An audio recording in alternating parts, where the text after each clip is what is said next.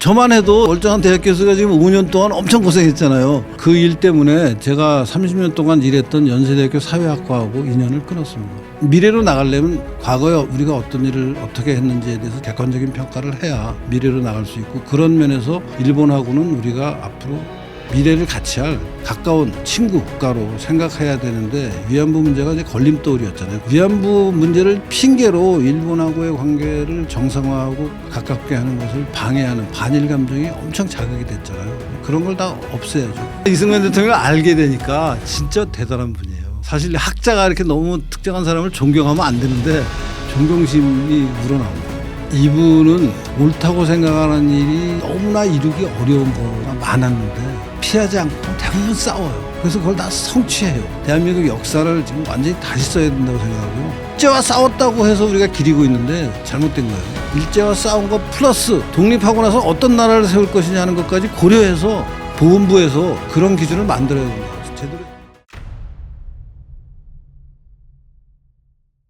네, 교수님 이번에 그 2심 판결에서 무죄 결과가 나왔잖아요. 그게 네. 어떤 사건인지 방송을 처음 보는 분들이 있을 텐데 한번 네. 좀 말씀을 해주시죠. 네.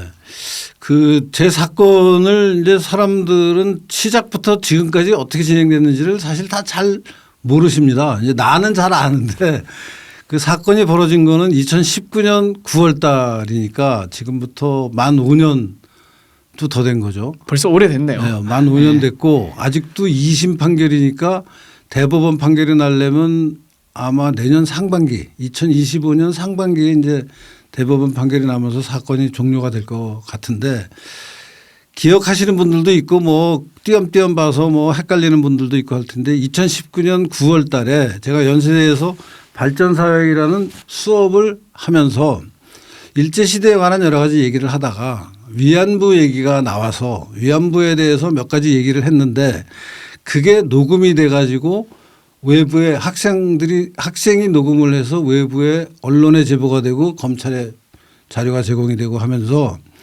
위안부의 명예를 훼손했다, 정대협의 명예를 훼손했다라는 죄명으로 제가 기소가 됐습니다. 사건이 난 지 1년 만인 2020년 10월 달에 이제 명예훼손죄로 기소를 해서, 그 기소된 사건으로 제가 피의자가 돼서 피고인이 돼서 이제 1심 판결을 받았고 2심 판결을 받았는데, 2심 판결이 얼마 전에 한 달도 아직 안 됐죠. 2심 판결이 났는데 이제 대부분의 명예훼손으로 이제 저한테 적용됐던 죄목에 대해서 법원이 무죄를 선고했고, 한 가지 유죄가 나온 게 벌금 200만 원이 나온 부분은 내가 강의실에서 얘기한 것 중에 정대협이 위안부들의 발언을 특정한 방향으로 발언하라고 이제 이렇게 교육시켰다라는 부분이 있는데, 그 부분은 그 사실 적시가 아니고 그거는 뭐 허위 사실에 의한 명예훼손이 맞다라고 해서 이제 벌금 200만 원과 대부분이 무죄가 나온 그런 사건이 있고요. 저는 그래서 그 벌금 200만 원 부분도 허위 사실이 아니고 그게 사실이다라는 주장과 함께 지금 대법원에 상고해 놓은 상태입니다. 교수님 그 벌금 200만 원에 관한 부분 얘기하실 때는 뭐 어떤 주장에 대한 근거가 있으셨어요? 그 말씀하실 때요? 그러니까 이제 위안부들의 증언이 바뀌게 된 이유가 뭐냐고, 내가 이제 그 강의가 진행이 되면서 이제 위안부들이 처음에는 얘기를 이렇게 하다가 나중에는 얘기가 바뀌었다라는 얘기를 하게 됐고, 그럼 증언이 어떻게 해서 위안부들의 증언이 바뀌게 됐냐. 근데 그 당시 수업을 듣던 학생들은 위안부들이 과거에 했던 그 증언은 잘 모르더라고요. 그래서 이제 예컨대 뭐 그 굉장히 유명한 윤미향을 그 사건, 윤미향이 위안부들을 후원한 위안부들 후원금을 횡령한 사건 때문에 지금 형이 확정이 됐잖아요. 대법원에서 판결이 났죠. 네. 네. 그 사건을 만들어낸 장본인인 이용수라는 그 위안부가 있잖아요. 그 이용수 같은 분들이 처음에는 어떤 증언을 했다가 나중에는 어떤 증언을 했는지를 이제 나는 알고 있는데, 학생들은 나중에 한 증언만 알고 있더라고요. 그래서 내가 이제 처음에는 그분이 이러이러한 발언을 했었고 나중에는 이렇게 바뀌었는데 증언이 이렇게 바뀌게 된 이유가 있을 거 아니냐. 그 당연히 이제 질문도 하고 왜 증언이 그럼 바뀌었느냐. 그래서 내가 생각하기에는 위안부들이 처음에는 사실대로 얘기를 했는데 그것을 이제 정대협이 결성이 되고 정대협이 위안부들의 어떤 그 상황을 이용해서 자기들의 정치적 목적을 실현하려고 온갖 일을 하다가 이제 당신들은 돈 벌러 간 분들이 아니고 뭐 일제가 강제로 이제 말하자면 징발을 해서 그런 일을 하게 만드는 걸로 인식시키는 교육을 해서 그런 교육 때문에 증언이 바뀌게 된 것 같다라는 이제 발언을 내가 강의실에서 했어요. 그랬더니 이제 그게 허위 사실에 의해서 정대협의 명예를 훼손한 거다라는 것도 기소가 됐는데 그 부분에 대해서 이제 벌금 200만 원이 나온 거예요. 그래서 내가 그거는 지금 현재 하여튼 그런 이제 법적인 판단을 받았지만 나로서는 그게 위안부들을 정대협이 교육하는 과정이 있었고 그 교육하는 과정에는 교육을 좁게 해석해서 예컨대 뭐 강의실에서 주기적으로 사람들을 만나서 시간을 일주일에 한 번씩 한 달에 한 번씩 이렇게 하는 것도 교육이지만 수요 시위라는 집회를 지금 30년 넘게 하면서 그 수요 시위 집회에 위안부 할머니들을 모시고 나오게 했다. 나오게 해서 무슨 얘기를 하냐. 그 수요 시위라는 게 정대협이 또 지금은 정의기억연대가 자기들의 정치적 목적에 맞는 선전을 하는 그게 그 집회이고 그 집회에 위안부 할머니들이 나와서 증언을 할 때 이런 방향으로 증언을 해달라고 당연히 요청하지 않았겠느냐. 그러면은 그런 요청의 결과로 위안부들의 증언이 바뀌게 되고 이제 그런 것이 결국 위안부들의 증언을 정대협이 교육해서 바꿨다라는 나의 생각으로 연결이 된 건데 이제 그게 벌금 200만 원이라고 유죄가 나와서 저는 잘못됐다고 생각해요. 근데 그 정도 표현도 허용이 안 된다는 거는 정말 황당하네요. 그리고 실제 그동안은 또 위안부들이 이제 사실은 돈 벌러 간 분들인데. 그러면 교수님 아까 그 말씀하신 이용수 같은 경우에는 초창기에는 돈 벌러 갔다 이렇게 얘기를 했었나요? 초창기에는 어떻게 얘기했냐면요. 그 일본 군복을 입은 사람이 군인이 아니에요. 그 당시는 군복을 많이 입었어요. 사람들이. 일본 군복을 입은 사람들이 자기에게 보따리를 하나 줬는데 그 보따리에 빨간 원피스와 가죽 구두가 너무 좋아서 나도 모르게 그 사람을 따라갔다. 이렇게 얘기해요. 그 증언이 KBS 93년도에 방송에서도 그런 얘기를 했고 또 정대협 편의 책에 보면은 이제 위안부들의 사례를 모아놓은 책들이 있어요. 증언집. 거기에 이용수 편에 보면 그렇게 써 있어요. 본인이 얘기한 거를 정대협이 기록해서 써놓은 그 출판한 책이 있어요. 그 책에 보면은 아니 어떤 민간인이 군복을 입은 민간인이 자기한테 선물 보따리를 줘서 그 보따리를 끌어보니까 빨간 그 원피스와 가죽 구두가 너무 예뻐서 자기도 모르게 그 사람을 따라가게 됐다라고 써놨어요. 그게 어떻게 강제로 끌려간 겁니까? 본인의 의사가 있었다는 거네요. 거기 안에서. 어쨌든 따라가게 된 거니까. 그러니까. 네. 그게 이제 나중에 이용수가 나중에 막 미국 의회에 가서 군인이 총을 뒤에다가 자기 등에다 대가지고 뾰족한 걸 대가지고 내가 강제로 끌려가게 됐다는 식으로 증언을 하거든요. 증언이 바뀐 거예요. 근데 그 이용수만 그런 게 아니라 다른 여러분들이 이제 그런 식으로 조금씩 바뀐 게 사실인데 이제 그런 게 왜 벌어졌느냐 하는 게 당연히 학생들로서는 질문을 할 수 있죠. 그래서 내가 있는 대로 내가 아는 대로 대답을 한 게 교육을 통해서 정대협이라는 단체가 정치적 목적을 가지고 자기들의 목적을 실현하기 위해서 이 증언을 바꾸게 명시적으로 증언을 바꿔라라고 얘기는 안 했겠지만 여러분들은 일본 국가 권력의 희생자니까 일본 국가 권력이 여러분들을 강제로 끌려간가라고 지금 얘기하는 게 유리하다 뭐 이런 얘기를 했겠죠. 이제 그런 식으로 점점 바뀌면서 있었던 일 그대로 얘기를 안 하고 이제 증언의 내용이 바뀌게 된 거다라는 얘기를 수업 시간에 했더니 그게 이제 명예훼손에 해당된다고 해서 지금 벌금 200만 원이 남아 있어요. 다른 건 다 무죄가 됐고 그러니까 돈 벌러 간 거 이제 아쉬운 거는 돈 벌러 갔다라는 게 역사적 사실에 맞는 얘기라서 허위 사실이 아니다라고 판결을 내렸으면 좋겠는데 그렇게까지는 안 하더라고요. 사실은 그게 역사적 사실에 맞다고 내가 온갖 자료를 다 제공해서 법원에 제출이 돼 있어요.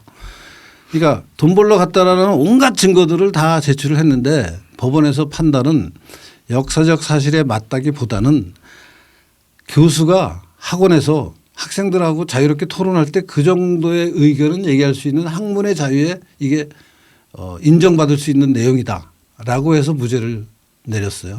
그러니까 그것도 사실은 저로서는 물론 학문의 자유로 인정받아야 하는 거는 당연히 맞는 말이에요. 근데 거기서 한 걸음 더 들어가서 학문의 자유로 인정받아야 될 뿐더러 유석춘 교수가 강의실에서 한 얘기는 역사적 사실에 더 부합한다. 라는 판단까지 재판부가 판결문에 써줬으면 좋았을 텐데 그 얘기는 안 쓰더라고요.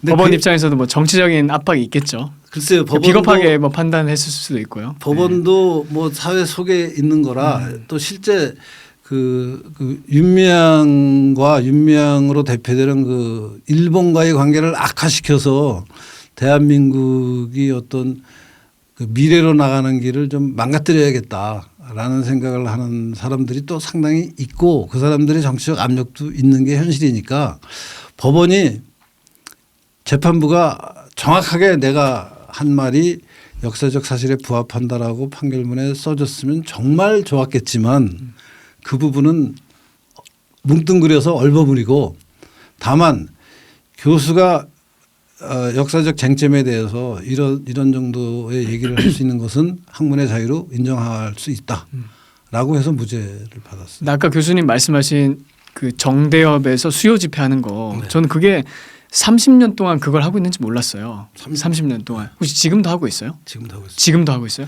지금은 근데 이제 내 사건이 벌어지고 나서 5년 전에 벌어졌는데 내 사건 때문에 내가 강의실에서 발언한 것이 맞는 얘기다라는 것에 동조하는 시민 단체가 있습니다 지금. 그래서 그 단체가 그리고 여론들도 좀 많이 바뀌었잖아요. 그때에 네, 비해서는. 많이 바뀌었죠. 네.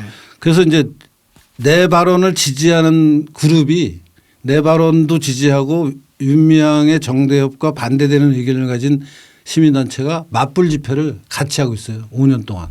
그러니까 30년 동안은 독보적으로 자기들만 하다가 이제 내 사건 앞에는 저 누구죠 박유아 교수 사건이 네. 있었고 또 반일 종족주의 쓴 이영훈 교수님 교수와. 쪽에서의 그 출판도 있었고 내 사건도 있었고 이런 그래서 역사적 진실에 부합하는 여러 이제 연구 결과가 나오면서 그 윤미향 쪽의 의견이 잘못된 거다라는 생각을 가진 시민단체가 결성이 돼서 그 시민단체가 요새는 더 사람들을 많이 모아서 그 위안부 상에 있는 구 일본 대사관 앞에 지금 연합뉴스 건물 바로 앞에 이제 그 위안부 상이 설치가 돼 있는데 사실 그 위안부 상 설치된 것 자체도 잘못된 거다라는 주장이거든요 지금.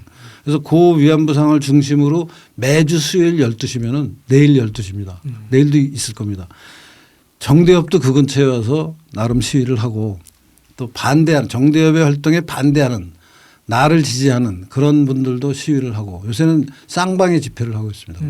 근데 그 위안부 상 같은 것도 이제 현실적으로 위안부 할머니들의 나이 다 많으시잖아요. 그래서 그분들이 이제 돌아가실 때가 다 돼 있으니까 그 기억을 뭐 거의 박제하기 위해서 이제 뭐 어떤 형상을 이제 만들어 가지고 거기 주변에서 모이려고 하는 게 아닐까 저는 그렇게 생각을 하는데요. 그렇습니다. 네. 그 교수님 그 말씀하셨을 때 그러면 그 돈을 벌러 갔다라고 주장을 하시면서 법원에 제출하신 증거들 가운데 가장 확실한 어떤 결정적인 증거를 뭐 하나 소개해 주실 수 있을까요? 아니 가장 대표적인 게 당시 신문에 위안부 모집 광고가 납니다.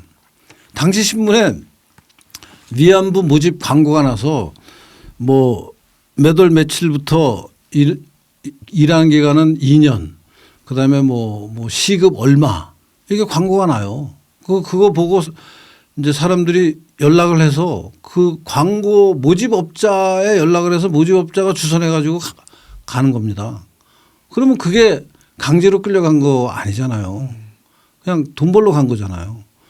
그것뿐 아니라 그 당시에 온갖 관련된 문서들이 역사적 사실들이 이 사람들이 취업을 위해서 뭐 절차를 밟고 그 당시에 이제 이 여성들이 해외에 나가서 일을 하려면은 뭐 이제 미성년자인 경우에는 뭐 부모의 동의 또 또 보증인 또 그 당시에 맞으면 일종의 여권 같은 해외 취업을 위해서는 무슨 배를 탈 수 있는 도강증인가 뭐 그런 그 서류도 만들어야 되고 그건 또 경찰서에서 사인을 해줘야 되고 온갖 서류들이 있어요. 그래서 그런 서류들이 굉장히 많습니다. 관련된 기록들이.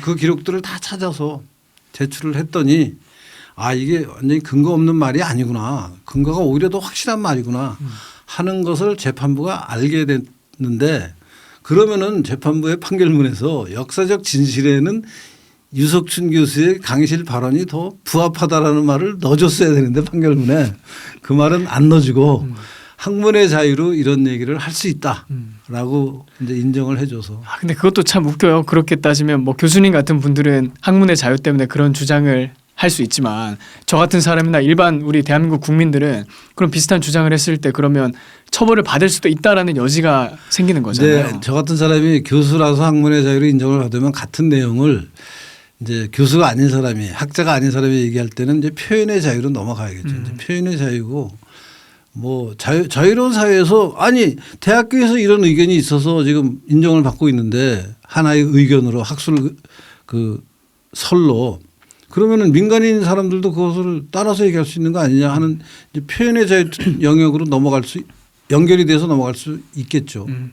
그러니까 교수가 아니라서 말 못한다라는 걱정은 안 하셔도 될 것 같아요. 아, 그 우리나라에는 너무 뭐 무슨 말만 하면 다 명예훼손으로 뭐 잡아 쳐넣고 저 이제 쳐넣는다고 생각하는데 뭐 형사 걸고 민사 걸고 그러니까 이 한국 사람으로서 뭐 정치 이슈나 현안에 대해서 얘기할 때 항상 조심할 수밖에 없는 그런 자기 검열을 하게 되더라고요. 네. 이게 너무 저는 안 좋다고 생각을 해요. 아니, 더구나 이제 우리 노태정 우리 방송인 같이 민감한 부분을 얘기하는 분들은 신경이 쓰일 겁니다. 네. 아 실제로 그렇게 해서 피해를 저만 해도 대학 교수였는데 멀쩡한 대학 교수가 지금 5년 동안 엄청 고생했잖아요. 얼마나 신경이 쓰이는지 몰라요 이게요. 잊어버릴 만하면 날라옵니다. 다음번 기회는 언젠데 뭐 준비하라고. 그리고 또 교수님 그때 말씀하셨지만 주변 동료들과의 뭐 관계에서 껄끄러운 문제가 발생한다는 것도 그렇고. 망가집니다. 다 망가요. 그래서 사실 저는 그 일 때문에 제가 30년 동안 일했던 연세대학교 사회학과하고 인연을 끊었습니다. 사실은 이제 공부를 좀 하면은 내가 얘기하는 게 맞는 얘기라는 걸 다 알 수 있는 건데 뭐 교수들이 다 이 문제의 전문성을 가지고 연구한다고 기대하는 것은 저도 무리라고 생각해요. 다만 30년을 같이 일을 하면은 저 사람이 어떤 사람인지를 알게 되잖아요. 그렇죠. 네. 친구도 뭐 5년 사귀고 10년 사귀면 저 친구는 어떤 친구다. 뭐 예컨대 저 친구는 좀 사기성이 있다. 저 친구는 불의에 타협하지 않는다. 똥꼬집이다. 뭐 이런 걸 다 알게 되잖아요. 그러면 아, 저 사람이 더구나 나를 지금 학교에서 징계한 거는 무슨 뭐죠? 성희롱으로 징계를 했어요. 말도 안 되는 걸로. 그러면 학교에서 그런 징계를 할 때 동료 교수들이 또 다른 동료 학생들이 저 교수가 그런 사람이 아닙니다. 라고 알 거 아니에요. 근데 그런 부분에서 너무 저한테 희생이 컸어요. 근데 그런 부분에서 내가 갖고 있는 주관적인 기대가 다 잘려나가니까 그리고 이제 당시 객관적인 상황은 문재인이 대통령이었고 문재인이 노 재팬 반일 감정에 편승해서 정치를 할 때예요. 그때가. 사실상 교수님을 희생양으로 삼은 거네요. 희생양으로 삼죠. 완전히. 그러니까 막 몰아칠 때 국회의원들이 그래서 연세대학 총장을 찾아와서 유석춘이 징계하라고 자르라고 징계도 아니에요. 저거 파면시키라고. 그런 요구를 몇십 명이 찾아와서 연세대학 총장을 앉혀놓고 총장실에 찾아가서 그 얘기를 할 때니까 현실적으로 나를 내놓고 보호해 주는 활동을 하는 게 어려웠을 거라는 것까지도 알아요. 내가. 그렇지만 그래도 옛날에 70년대 80년대 뭐 박정희 대통령 전두환 대통령 때 민주화 운동한다고 민주화 지지하는 서명들 많이 했잖아요. 네? 그러면은 그게 진짜 민주화 운동인지 저 빨갱이 운동인지는 또 다른 차원의 문제고 그래서 동료들이 어떤 고통을 받고 막 구속되고 그러고는 저 사람 석방해 달라는 연판장 내는 거는 정말 흔한 일이잖아요. 대학에서. 그거 한 장 안 내더라고. 정말 그래서 그걸 겪으면서 야 30년 동안 내가 뼈를 묻는다고 생각하면서 일했던 연세대학교가 이 모양이구나 하는 것을 알게 되고 그래서 그냥 더 이상 인연을 안 맺고 있습니다 지금. 혹시 그 이후로 뭐 동료 교수들이나 연구자 중에 그때 내가 잘못 생각했었다. 내가 그때 목소리를 내지 못했어서 미안하다. 생각해 보니까 당신 말이 좀 맞는 것 같다. 아니면 내가 그때 상황 판단을 잘못하고 목소리를 내지 못해서 미안하다. 그렇게 얘기하신 분이 있었나요? 뭐 실명 거론하시지 않더라도. 많지는 않고요. 몇 분은 있고 몇 분은 있었고 그런 분들한테까지는 내가 뭐 이렇게 막 인연을 끊고 그러지 않습니다. 근데 이제 아무런 연락이 없는 사람들 있잖아요. 그때는 이제 나랑 연락하면은 뭐 피해가 같이 똥물 튀길까봐 이제 그러다가 지금은 이제 그게 아니라는 것까지는 아는데 지금은 갑자기 안면을 바꿔서 다시 또 이 교수님 그동안 찾아뵙주셔서 죄송합니다 이러고 전화하기도 민망할 거 아니에요 서로 간에. 그렇긴 하겠죠. 개인적인 차원에서는. 서로 간에 그래서 뭐 그냥 모른 체 하고 있어요. 하여튼 교수님 이 사건이 대법원에서 언제 결과가 나오나요? 정확한 날짜는 저도 모르고요. 아마도 이제 항소한 게 요번 달 10월 달이니까 그로부터 한 6개월 내로 판결이 선고를 할 거라는 예측들을 주변에 법조 계통에서 오랫동안 일한 분들이 대법원에 올라가서 한 6개월 걸린다. 그렇게 얘기들 하더라고요. 거의 근데 대법원은 뭐 사실상 2심형이 확정되는 수순으로 갈 가능성이 크잖아요. 뭐 가능성은 그렇게 된다고 얘기들을 많이 하고 뭐 대법원에서 또 완전히 뒤집히는 경우가 없지 않아 있는 모양이에요. 그래서 가봐야 어떻게 될지 모르겠어요. 네, 하여튼 그 대법원 마지막 판결까지 잘 마무리될 수 있도록 저도 진심으로 기원하고 응원하겠습니다, 교수님. 감사합니다. 위안부 사건 뭐 마무리하는 차원에서 그러면 이 박유하 교수 같은 경우에는 또 비슷한 사건으로 또 재판을 받았잖아요. 네. 이분도 결과가 나왔죠. 네.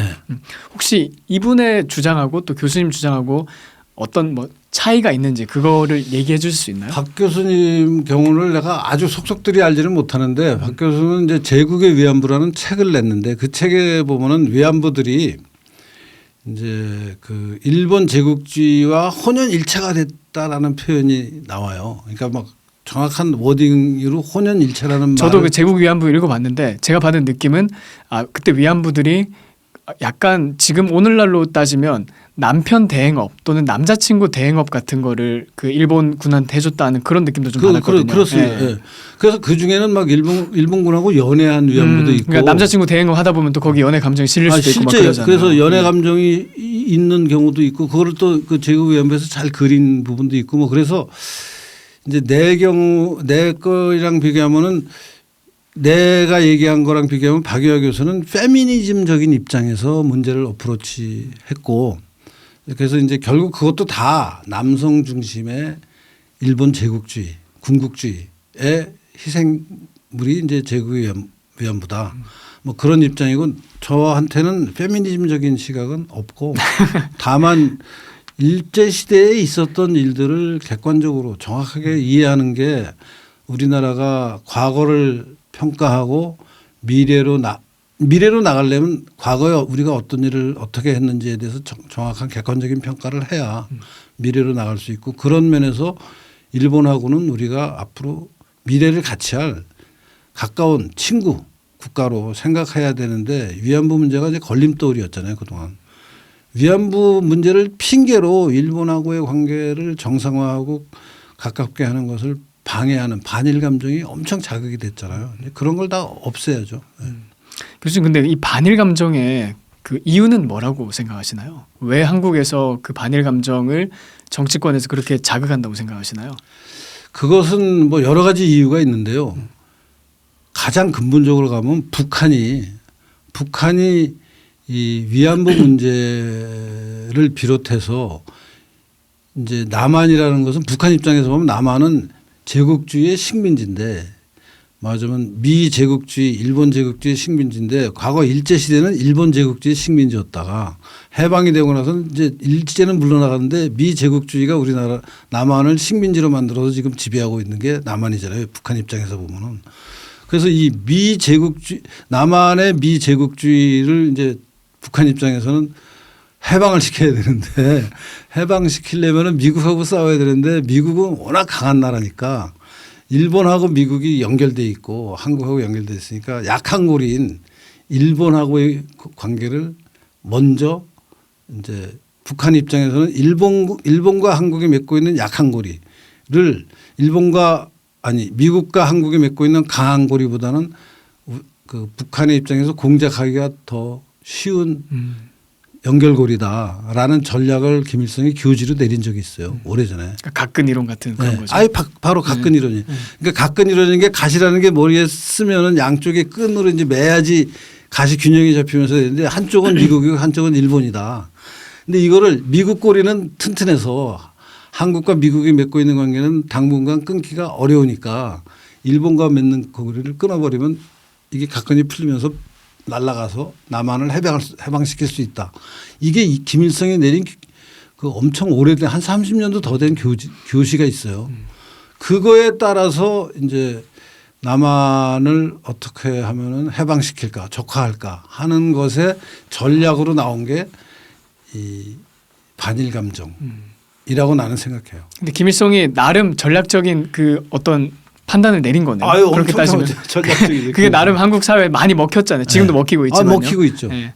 사실은 식민 지배를 겪지 않은 나라가 거의 없을 정도로 식민 지배 경험은 보편적인 현상입니다. 그러니까 식민 제국이 됐던 미국은 군사적인 의미의 식민 제국주의를 한 적이 없고 영국, 프랑스, 독일, 뭐 이태리 이런 나라들이 해외 식민지 개척을 했잖아요. 네덜란드까지. 이런 나라들 빼고 나면은 세계 모든 나라는 다 피식민지였어요. 그 피식민지 중에 지금 한국같이 식민 모국에 대해서 적대적인 감정을 강하게 갖고 있는 나라는 거의 없습니다. 없어요. 실제 인도가 영국의 지배를 200년 넘게 받았는데 인도 사람들 다 영국을 동경해요. 우리나라 사람들도 일본을 마음속으로는 동경 많이 해요. 그리고 일본 음식 좋아하고 일본 가서 뭐 관광하고 그러면서 정치적인 입장만 되면은 반일로 딱 돌아서는 이중성을 보이고 있는데 대만만 해도 안 그래요. 대만은 일본 지배를 50년 우리는 35년인가 받았는데 일본은 50년 대만은 50년 받았거든요. 대만은 일본 안 미워해요. 그러니까 우리가 너무 이상한 특이한 나라이고 식민 지배에 대한 역사적 평가를 굉장히 비정상적으로 나는 그 식민 모국을 미워하는 정치적으로 잘못된 세뇌가 있었다. 이렇게. 세뇌가 있었다고 생각해요. 혹시 그 일반 좌파들의 주장에 따르면 그건 일본이 한국에 대해서 유독 잔인하게 통치를 했기 때문에 그 반감을 아직까지 가지고 있는 거 아니냐 이런 얘기를 하거든요. 그런 주장에 대해서 혹시 교수님은 뭐 어떻게 생각하시나요? 아니 그거는 근데 그동안 좌파들이 그런 얘기 많이 하는데 네, 그런 얘기 툭하면 나오잖아요. 실제 일본이 한국을 그렇게 악독하게 지배한 거는 나는 별로 찾을 수 없다고 생각해요. 오히려 일제가 지배하는 동안 우리가 못했던 근대화를 엄청 앞당겼어요. 사회 간접 자본, 이 법적인 지배. 맞으면 근대적인 어떤 통치라는 것을 조선이 못했잖아요. 중세적인 통치에 머물러 있던 이 조선이라는 나라를 일본이 식민지로 삼으면서 36년 동안 엄청 근대화시켰죠. 그게 뭐 소위 말하는 식민지 근대화론이라고 지금 딱지가 붙어 있는데 그런 얘기하면 또 뭐 친일파라고 뭐 엄청 비난도 받고 하는데 그런 브랜딩을 통해서 말을 못하게 하잖아요. 근데 아무리 말을 못하게 해도 사실이거든요. 그렇죠. 사실인데 말을 못하게 하잖아요. 그거를. 그래서 이제 나 같은 놈이 좀 고초를 겪지만 그래도 뭐 사실을 어떻게 입틀막을 아무리 해도 어쩔 수 없는 사실이기 때문에 이제 그런 현상이 있고 아니 일본이 우리나라에 했던 통치 같은 것을 그러면 영국은 인도에 대해서 안 했겠어요. 스페인이 필리핀을 350년 지배했는데 거기는 안 했겠어요. 그러니까 모든 식민 통치는 일정한 부분 저항 이데올로기적인 어떤 그 민족주의 감정을 만들어내요. 그런 부분에서는 우리나라도 다른 나라랑 공유할 수 있는 경험이 있고 또 그런 입장이 정치적으로 의미가 있는 것도 사실인데 우리나라는 유독 반일 식민 모국에 대한 반감이 지나치게 강해요. 실제 인도에 가보세요. 영국에 대해서 반감 지금 그러니까 간디가 민족주의자였잖아요. 이 영국에 대해서 독립하겠다고 정치적인 발언을 했잖아요. 그걸로 끝나고 지금은 영국하고 뭐 니네가 우리한테 오히려 더 잘해줘야 되는 거 아니냐고 영국도 맞아 우리가 니네한테 잘해주면서 엄청 교류 협력 잘하고 있어요. 인도네시아 가보면 네덜란드하고 엄청 협력하고 있어요. 더치하고 필리핀 스페인하고 뭐 미국하고 난리예요. 오히려 문화적인 그것을 하나의 어떤 매개체, 어떤 그 공통 분모로 이렇게 삼아가지고 또 아니 호주나 활발하게 뉴질랜드 되는군요. 같은 나라, 캐나다 같은 나라 영연병을 만들어 가지고요. 거기는 국계까지 뭐 영국 국기를 박아놨잖아요. 식민지배 당한 것을 기념하고 있어요 지금. 아니 그러니까 그렇게 가는 나라들도 수두룩한데 우리만 유독 일본을 못 잡아먹어서 안달인데 지금 사실 일본에 대한 어떤 그 열등감이랄까 이런 거 많이 이제 없어져도 될 때가 됐어요. 왜냐하면 우리가 정말 꿈에도 못 그렸던 그 전자산업을 우리가 삼성전자가 일본을 지금 잡았잖아요. 뭐 일본하고 우리가 정말 뛰어넘을 수 없는 간격이라고 생각했던 부분에 많은 부분이 다 좁혀지거나 우리가 앞서 있는 역전이 됐거든요 지금.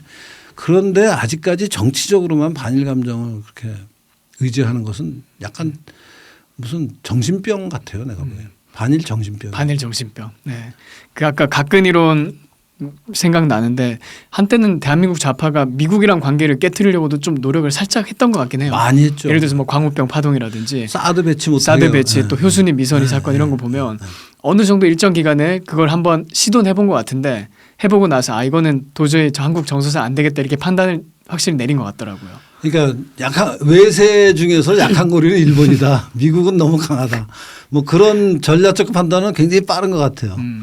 그 맞는 판단인데 거기에 이제 넘어가는 거죠. 남한의 여론이 정서가 북한의 그런 판단으로 일본하고의 관계를 더욱더 파탄내는 방향으로 몰고 가라라는 북한의 어떤 정세 판단에 대해서 남한 국민들이 아 북한이 그런 판단하면 우리 오히려 거꾸로라도 해야 되는 거 아니냐는 좀 반감을 가져야 되는데 그런 깨달음이 없고 대신 그냥 그래 그럼 우리 일본 미워해야지 하는 이제 시류에 편승하는 방향으로 좌익들이 사람들을 세뇌하고 있는 것 같습니다. 그럼 지금 이제 교수님께서는 한국 사회에서 그 반일 감정을 기반해서 이렇게 하는 행동에 대해서 그래도 최근에는 많이 이게 완화됐다는 느낌이 있거든요. 좀 덜 먹힌다 분명히 국민들한테. 근데 교수님께서 이 한국과 일본 관계의 미래에 대해서는 어떻게 이제 바라보시나요? 그리고 한국 사람들의 이 반일 좀 아까 정신병이라고 말씀하셨죠. 저도 그런 측면이 있다고 생각하거든요. 왜냐하면 비이성적이고 비합리적이니까요. 아유, 근데 이제 그게 어느 정도 이제 극복될 여지가 있다고 생각하시나요? 우선 이제 현실적으로는요.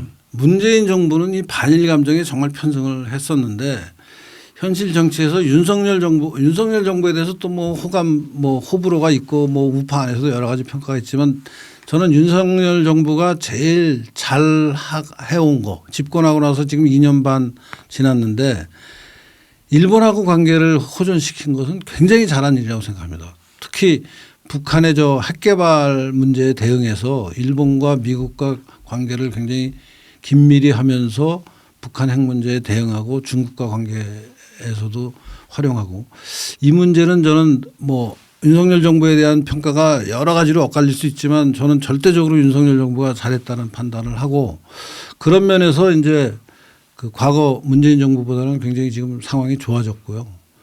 그뿐 아니라 일본하고는 사실 그 우리가 이렇게 여러 가지 차원에서 개인적으로 일본에 여행을 가서 일본 사람들하고 뭐 짧게 이렇게 인터랙션을 해보거나 아니면 일본에 있는 뭐 대학 교수들하고 제가 논문 때문에 어떤 학술적인 주제 때문에 커뮤니케이션을 하거나 또 일본에 있는 개인적으로 아는 좀 오래된 친구들도 있거든요. 언론인들도 있고 이렇게 사귀어 보면 대부분 우리나라 사람들보다 더 성실하고 진지한 것 같아요. 내가 겪기에는. 물론 뭐 사람에 따라 편차가 다 있고 한 일인데 그래서 굉장히 일본 사람들한테 우리가 배울 게 많다고 생각하고 또 뭐 일제시대에 관한 옛날 얘기하면 그런 얘기하는 어르신들도 많았고 그래서 개인적인 차원에서 일본 사람들에 대해서 보고 배울 거가 꽤 있다고 생각을 하고 그것이 이제 뭐 제도적인 차원에서 일본하고 어떨 때는 경쟁을 피 터지게 경쟁을 해야 될 때도 있고 또 협력해야 될 때도 있는데 그거는 뭐 어쩔 수 없다고 생각해요. 뭐 사람이 사는 게 심지어 자기 형제하고도 경쟁하는 거 아닙니까? 형제하고 정말 그 같은 가족 공동체의 멤버지만 자기 형하고 동생하고 또 경쟁해야 될 때도 있고 한 거니까 뭐 어쩔 수 없는 그런 이웃 나라로서 세상이 이치다. 세상이 이치니까 그런 거니까 넓은 관점에서요. 네. 네. 그래서 일본하고는 저는 기본적인 관계는 과거같이 적대적으로 가는 건 아니고 이제 우호적인 관계를 유지하되 필요하면 경쟁하고 또 협력하고 그렇게 가야 되지 않나 그렇게 생각합니다. 이승만 얘기로 넘어가서 교수님 뭐 책 쓰신 거 시간을 달린 지도자 네. 지금 이제 다 나온 건가요? 아니 그러니까 1권, 2권이 이제 나왔고 요번에 3권 낼 준비가 이제 마무리가 됐습니다. 그러니까 이제 1권은 이승만의 독립운동. 그러니까 이승만이 배제학당 태어나서 배제학당 다니면서부터 1945년 8월 일본이 항복하여서 우리가 독립될 때까지 이승만이 활동한 것을 1권에 썼고요. 2권은 45년 8월부터 48년 8월 미 군정 기간에 이승만이 어떤 일을 했느냐 하는 것을 정리했고 3권은 이승만이 대통령이 돼서부터 이승만 대통령이 48년 8월에 집권을 해서 1960년 4.19가 나면서 하야하고 또 하야 후에 5년 동안 하와이 생활을 하면서 이제 마지막으로 그 임종을 했는데 그 마지막 기간 집권한 기간에 있었던 일에 대한 평가를 한 게 3권인데 자유일보에 쭉 연재를 얼마 전까지 하다가 자유일보에서 이제 드디어 연재를 마쳤습니다.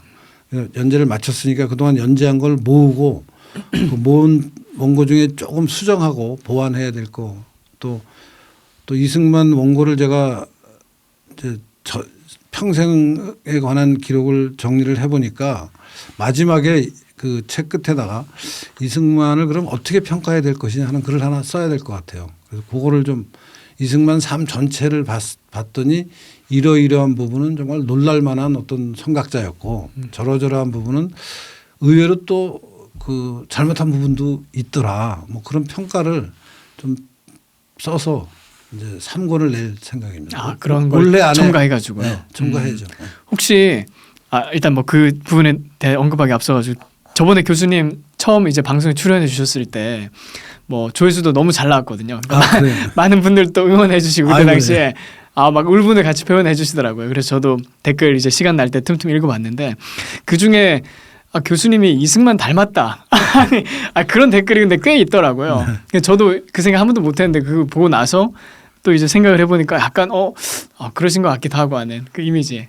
아니 그 얘기를 사실은 이제 옛날에 처음 내가 연세대 이승만 연구원장을 한 게 2010년인가부터예요. 이게 지금부터 벌써 한 15년쯤 전이죠. 근데 그때 나는 저도 사실 생각도 못하고 이제 이승만 대통령에 관한 공부를 좀 제대로 해야지 그리고 뭐 왔다 갔다 하면서 자료도 구하고 뭐 근데 가끔씩 행사할 때마다 어떤 분들이 당신 이승만하고 너무 닮았다는 얘기를 하시더라고요.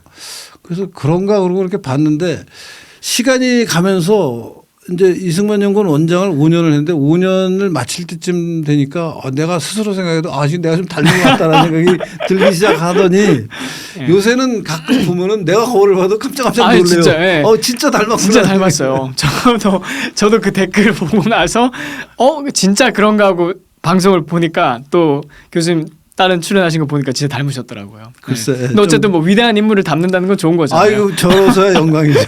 이승만 대통령이 좀 불편해하실지도 몰라서 저로서는 뭐 더구나 이승만 대통령을 알게 되니까 진짜 대단한 분이에요. 그래서 이승만 대통령에 대한 사실 학자가 이렇게 너무 특정한 사람을 존경하면 안 되는데 존경심이 우러나옵니다. 그 이승만 대통령에 대해서는 저는 뭐 여러 가지 평가를 많이 저도 관심 있어서 많이 봤는데요. 그 조갑재 기자가 했던 평가가 참 기억에 남아요. 그분이 뭔 얘기를 했었냐면 대한민국 사람은 깊이 있어지는 만큼 이승만을 알게 되고 이승만을 알게 되는 만큼 깊어진다. 그런 얘기를 하더라고요. 근데 저도 그 말이 참 울림 있다. 그 생각을 했었어요. 근데 교수님 아까 말씀하실 때 이제 뭐 3권에서 다루시겠지만 놀라운 점 그리고 또 약간 뭐 실정 이런 것도 생각나신다 했는데 일단 이승만 연구를 이제 한 사이클을 도셨잖아요. 거의 뭐 이제 다 분석하시고 또 초반부터 이승만 일대기에서 시작부터 이제 끝까지 한번 쭉 훑어보셨는데 가장 놀라운 건 뭔가요? 그리고 좀 이 사람의 이승만을 보시면서 이제 가장 경외롭게 생각하셨던 거는 어떤 게 있을까요? 이분은 자기가 옳다고 생각하는 것을 절대 꺾지 않았습니다. 그러니까 근데 그게 어떤 한 순간에 예컨대 내가 윤명하고 싸울 때 한 번 내가 그렇게 하잖아요. 뭐 내가 잘했다 스스로 생각해도 잘했다 그런데 그게 그러면 앞에 뭐 1년 전, 2년 전, 3년 전부터 내가 그럼 20대부터 60, 70이 될 때까지 쭉 그런 삶을 내가 살았느냐. 경우에 따라 타협도 하고 초지에 경우에 따라 관하면서요. 피해가고 뭐 그런 적도 많이 있거든요. 사람마다. 저만 그런 게 아니라 이제 일반적인 사람들의 상황을 보면 무슨 자기가 옳다고 생각하는 일이 있을 때 그 옳다고 생각하는 일 때문에 자기를 희생하고 자기를 던지고 하는 경우도 있고 살다 보면 또 그것들 옳다고 생각하는 일 때문에 자기를 던지고 희생하려니까 아 이거 너무 피곤하고 내가 또 이것까지 해야 되나 하는 생각이 들어서 외면하고 그 일에 뛰어들지 않고 이렇게 도피하는 경우도 많거든요. 근데 이승만 대통령은 물론 삶 전체에서 그런 경우가 완전히 없진 않지만 10대 후반부터 70이 될 때까지 대통령이 되고 대통령이 돼서 90살이 될 때까지 옳다고 생각하는 일이 너무나 이루기 어려운 거가 많았는데 피하지 않고 대부분 싸워요. 그래서 그걸 다 성취해요. 진짜 대단한 분인 것 같아요. 그러니까 10대 후반 20대 때 감옥에 들어가잖아요. 감옥에 들어간 게 자기가 우리나라를 자유민주주의 미국과 같은 나라로 만들고 싶은데 이놈의 입헌군주제 뭐 그래서 영국같이 입헌군주제를 하자 뭐 고종은 절대 그거 안 된다 이거하고 싸운 거 아니에요. 그러고 나서는 일본 제국주의하고 싸우죠. 미군정하고 싸우죠. 대통령 되고 나서는 공산당이랑 북한 김일성이랑 싸우죠. 미국이랑 싸우죠. 정말 자기가 옳다고 생각하는 걸 위해서 평생을 싸운 사람이에요. 진짜 대단하더라고요. 어떻게 이런 에너지가 나오냐. 지쳐요 보통. 내가 윤명하고 5년 싸웠더니 지쳐가지고 피곤해요 웬만한 일은. 그리고 또 가족들도 생각을 해야 되잖아요. 아 그러니까 가족들 네. 그리고 처음에 이게 싸움이 어려운 게 여론이 나쁘면 처음에는 만나는 사람마다 너 왜 쓸데없는 말을 해가지고 그러니까 그 사람들은 사건의 실체에 대해서는 관심이 없어요. 알라고도 안 해요. 너 괜히 쓸데없는 말을 해가지고 너 언론에 보도되는 거 보니까 완전히 개쓰레기로 나오는데 내가 너하고 친구인 게 창피하다. 너하고 내가 알고 지내는 게 부담된다. 다 이러면서 도망가. 그게 힘들어요. 그 부분이 제일 힘들어요. 네가 잘했는지 못했는지 난 따지고 싶지 않다. 네가 잘못했길래 언론이 너를 저렇게 악마화하는 거 아니냐. 내가 근데 너하고 아는 사이인 게 나는 그래서 부담된다. 너하고 만나면 힘들다. 연락 안 하겠다. 그러니까 마지막에 연락 안 하겠다는 말은 안 해요. 그러면서 연락을 끊는 거니까요. 그 부분이 내가 이제 그런 상황을 겪으면 결국 나하고 친하게 지낸 게 지금 후회된다는 얘기 아니냐 하는 생각을 하게 되면서 되게 나는 나대로 상처를 받는 거예요. 근데 그것을 내가 한 번 해봤더니 힘든데. 한 사이클만 해보셨는데도. 이승만 대통령은 이걸 평생을 하는 거예요. 평생을. 아니 보세요. 어렸을 때 과거 시험 몰래다가 이제 과거가 없어지니까 가보개혁으로 네. 배제학당 가잖아요. 배제학당 갔더니 물론 배제학당에서 사귄 친구들 있지만 원래 사귀는 친구들은 너 왜 그 서양 귀신이 씌어가지고 가서 무슨 선교사들한테 무슨 서양 학문을 배울 게 뭐가 있다 그래. 하긴 그랬겠네요. 아니 당연히 그랬죠. 이승만은 굉장히 고민했어요. 그것 때문에. 그러면서도 이제 이게 옳다고 생각해서 배제학당으로 가서 선교사들 만나서 그동안 공자 맹자만 알다가 막 서양의 성경책을 읽고 서양의 근대 학문 체계를 익히고 나니까 얼마나 외롭고 힘들었겠어요. 그거를 뚫고 나가는 사람이에요. 그래서 미국 가서 박사까지 받고 그 박사 받은 동안 내내 일본하고 싸우는 독립운동하고 그러다가 대통령이 이제 일본이 물러갔더니 미군정이 좌우 합작한다고 그래서 또 미군정이랑 싸우죠. 대통령이 됐어요. 북한이 쳐들어와. 북한하고 싸워야지 또. 끝없는 싸움을 해나가면서 올바른 길을 가는 난 정말 이승만 대통령을 보면서 어떻게 한 사람의 일생에 이렇게 많은 전투를 할 수 있고 이것을 어떤 에너지로 버티는지 정말 존경하지 않을 수 없어요. 교수님이 보시기에 그 에너지의 근원은 뭐였다고 생각하시나요? 왜냐하면 뭔가 있었을 거 아니에요. 그 사람의 삶을 끌어가는 그 에너지 원천이요.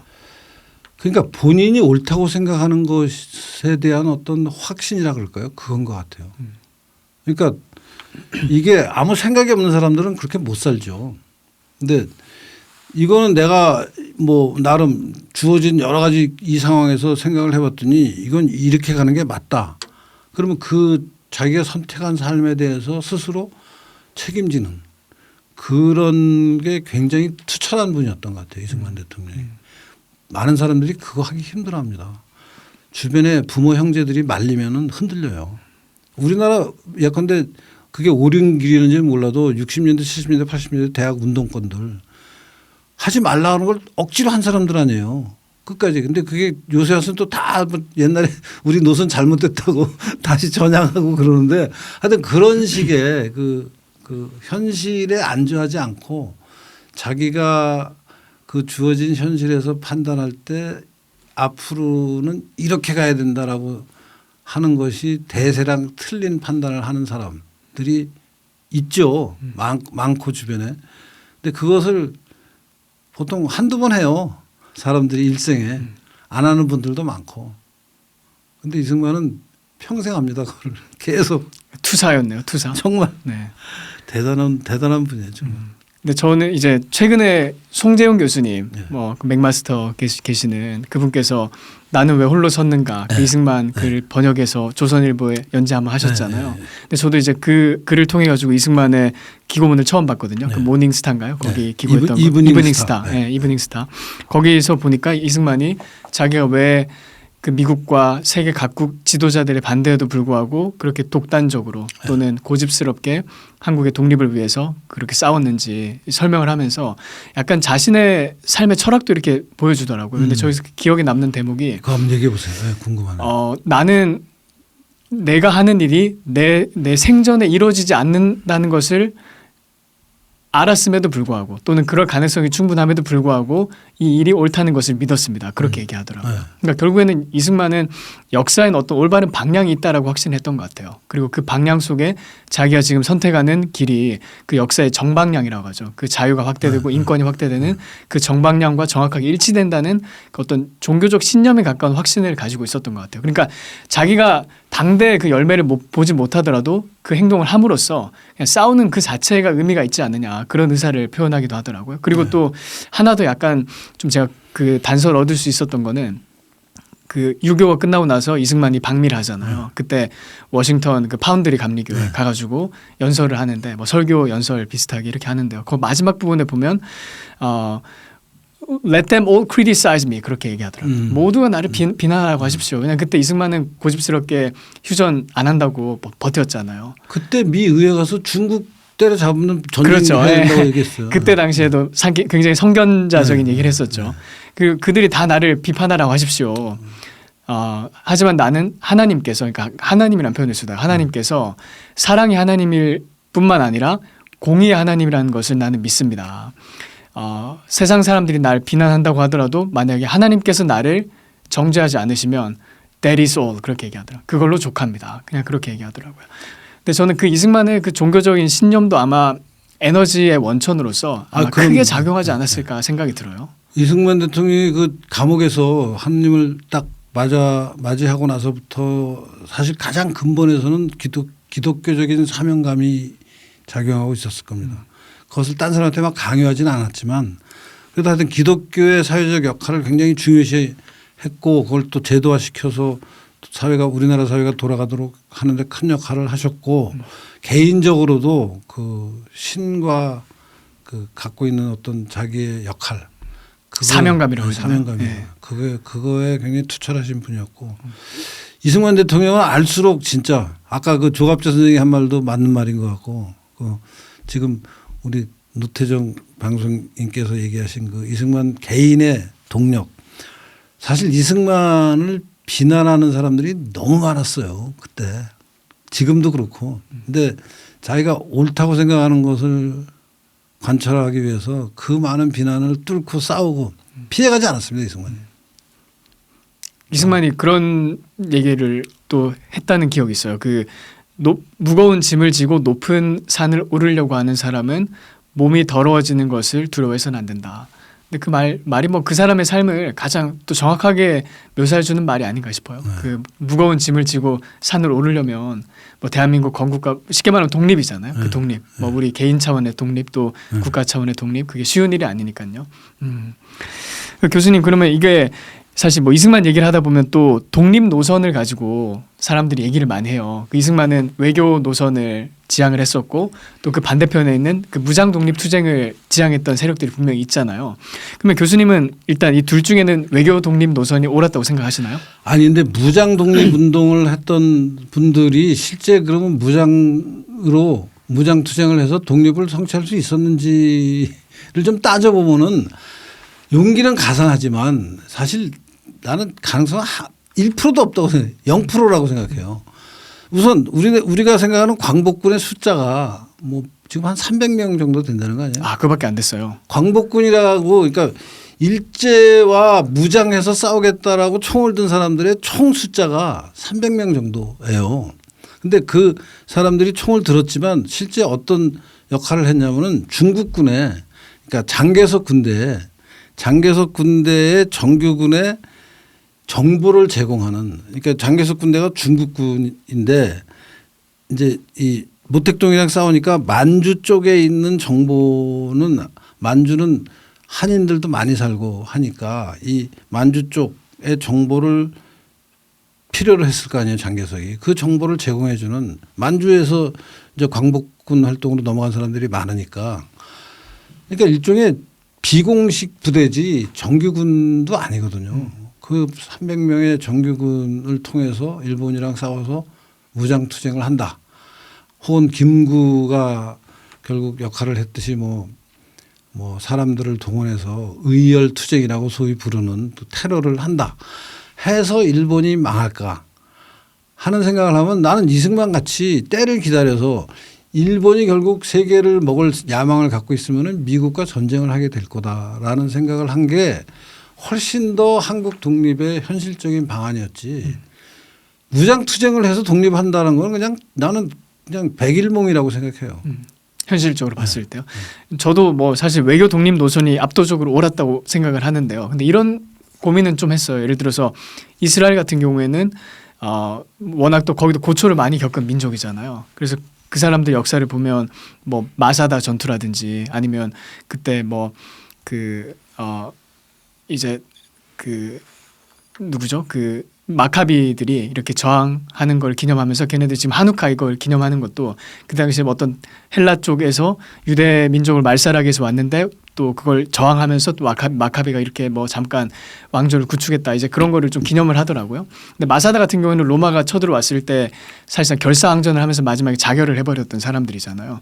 근데 그거를 기념을 하면서 어떤 뭐 국가의 어리라고 하나 또는 뭐 민족의 어리라고 만약 그런 게 있다면 이제 그거를 국가의 정신 차원에서 그래도 어떤 저항 정신을 고취시키는 의미가 있지 않느냐 이런 식으로 평가를 하더라고요. 그러니까 그런 의미에서 이 한국에 있었던 그 일제시대 무장 투쟁을 뭐 현실성은 분명히 계란으로 바위치기였지만 어떤 상징적인 의미에서 또는 민족의 뭐 혼을 고취시킨다 그런 의미에서 의미를 부여하는 거에 대해서 어떻게 생각하시나요? 부여할 수 있다고 생각하는데요. 너무 오버하지 말았으면 좋겠고, 그 부여 안 한 것보다는 낫죠. 안 한 것보다는 낫고, 근데 그것을 너무 오버해서 그리고 특히 그 광복군 중에 자유민주 국가를 세우겠다라는 광복군 활동을 한 사람도 있긴 하지만 대부분은 독립한 다음에 좌익 국가를 만들겠다고 그래요. 그럼 북한 김일성 편으로 가는 광복군이 많아요.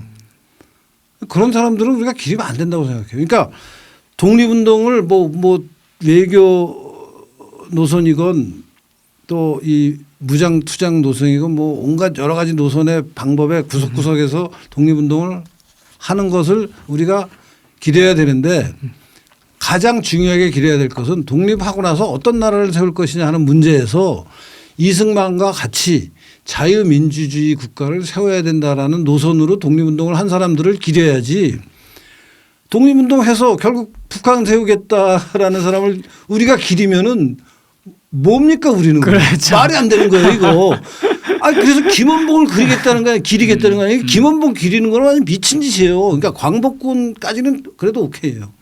김원봉도 뭐 광복군의 일부라고 얘기할 수 있는데 김원봉을 그리면은 북한을 기리는 거예요. 우리가 그러면 그럼 6.25 전쟁을 왜 했으며 우리 국립묘지에 묻힌 이 선열들은 뭘 한 거며 말이 안 되는 거예요. 나는 그래서 그 부분을 대한민국 역사를 지금 완전히 다시 써야 된다고 생각하고요. 그중에 독립운동 일제와 싸웠다고 해서 우리가 기리고 있는데 잘못된 거예요. 일제와 싸운 거 플러스 독립하고 나서 어떤 나라를 세울 것이냐 하는 것까지 고려해서 독립운동 이 대한민국 서운할 때. 네, 서운할 때 네.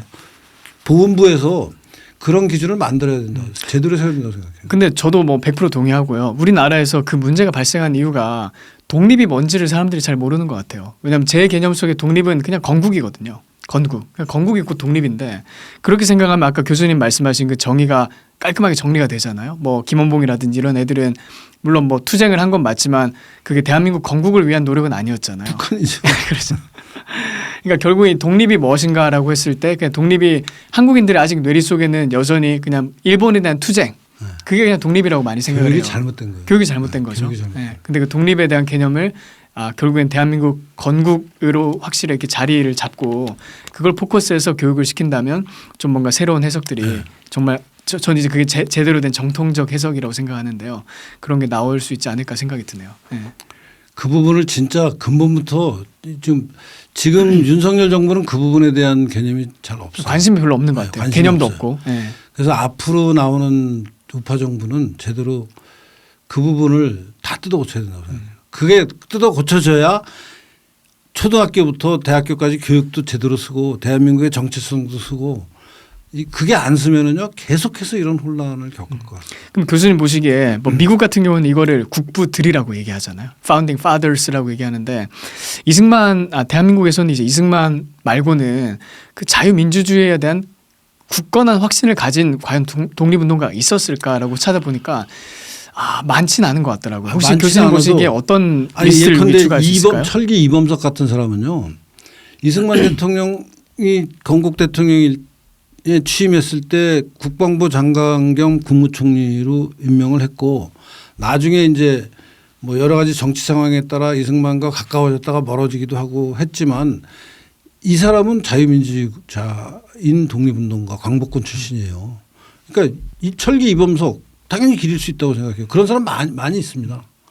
오히려 막 김원봉 이런 사람 기리면 안 되는 걸 지금 또 오히려 기리고 있는데 하여튼 구체적인 사람을 갑자기 지금 얘기하라 그러니까 잘 기억을 못 하겠는데 그 건국에 이제 예컨대 김성수 선생, 송진우나 김성수 같은 이런 분들도 무장 투쟁을 한 분들은 아니지만 기려야 될 분들 중에 나는 포함된다고 생각하는데 정한기 박사님 또 장덕수 많이 강조하시더라고요. 장덕수도 당연히 근데 이제 그분들은 역할 하기 전에 너무 일찍 돌아가시게 된 이제 비운의 역할자들이고 또 예컨대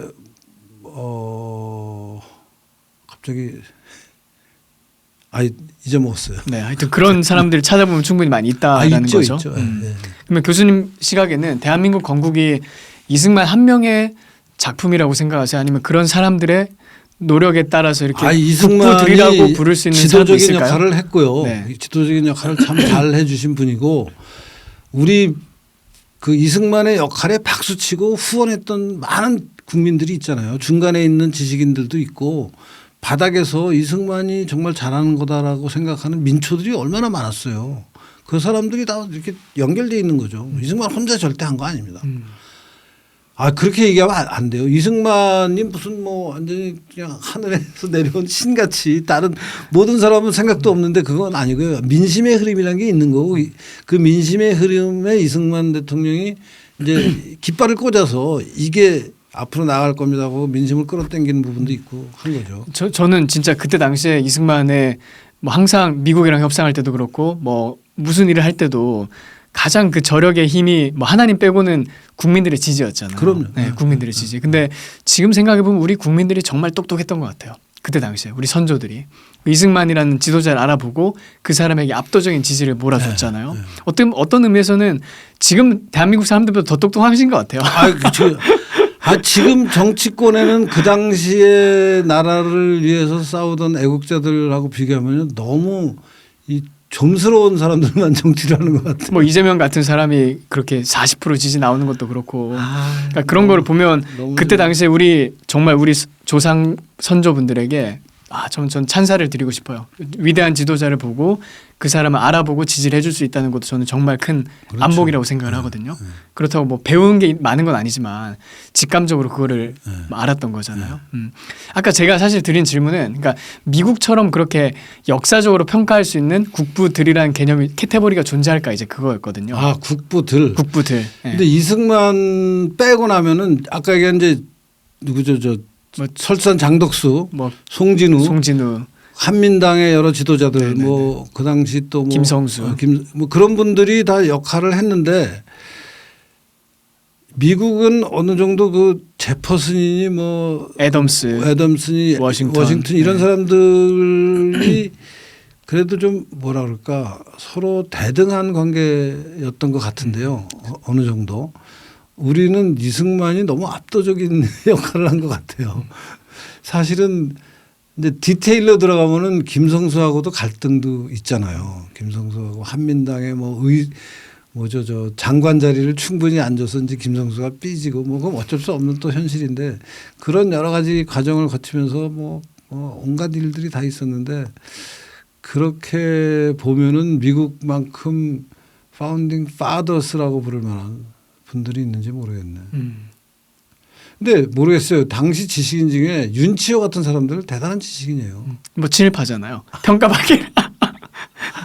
윤치호하면 그냥 뭐 친일파로 싹 정리가 되던데요. 뭐 일반적으로는. 그러니까 친일파인 게 사실인데 윤치호만한 지식인이 당시에 없었던 것 같아요. 난 지금도 그만한 사람 없다고 생각해요. 어떤 의미에서 윤치호를 높이 평가하세요? 왜냐하면 윤치호에 대해서 뭐 저는 어록을 몇 개 봤어요. 뭐 조선인들은 뭐 이래서 안 된다, 저래서 안 된다, 또 뭐 거짓말을 잘한다, 뭐 이런 좀 약간 요즘 인터넷 용어로 말하면 츤데레라고 해야 되나요? 약간 애정은 있는 것 같은데 뭔가 이렇게 삐딱하게 말하는 그런 느낌이 좀 있거든요. 윤치호의 글들을 보면. 근데 교수님 보시기에 어떤 부분을 평가할 만하다고 아니 우선 생각하세요? 윤치호는 당시 주어진 조건에서 그 우리나라 상황을 객관적으로 평가할 수 있는 지적 능력이 가장 탁월한 사람이었다고 생각하고요.